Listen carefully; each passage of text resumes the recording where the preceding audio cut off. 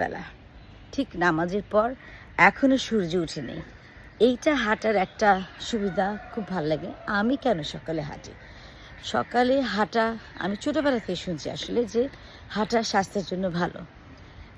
সকালে হাঁটার আমার যেটা কারণ সেটা হলো যে প্রকৃতির সাথে একটা সম্পৃক্ততা, পাখির আওয়াজ, কোনো পলিউশন নাই, এরকম সুন্দর একটা পরিবেশ পাওয়া যায়। আর হাঁটলে স্বাস্থ্য যে ভালো থাকে সবাই জানি।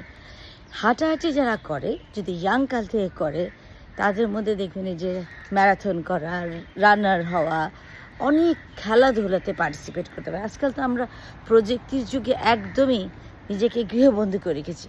তো সেই কারণে চোখের জন্য এই যে নেচার দেখছি, চোখের জন্য খুব ভালো।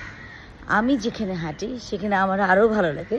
এখানে একটা সবুজের চারোপাশে একটা সবুজের সমারোহ থাকে। গাড়ি ঘোড়া খুবই কম, মানে একটা দুটা গাড়ি থাকে, যেহেতু গল্ফ, একটা দুটা গাড়ি, কিন্তু গাড়ি একদমই থাকে না, শব্দ দূষণ নাই।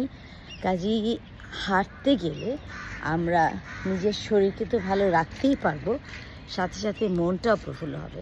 এবং সবচেয়ে মজার কথা কি জানেন, আমি প্রতিবার সকালে হাঁটার পর এত এনার্জি পাই যেটা আগে এরকম করে পেতাম না।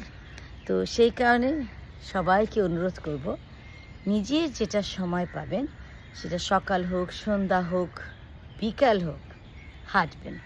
হাঁটার উপরও কোনো ওষুধ নেই।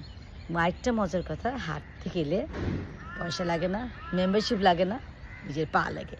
যতদিন হাত পা চলছে নিজেদেরকে একটু সতেজ রাখেন।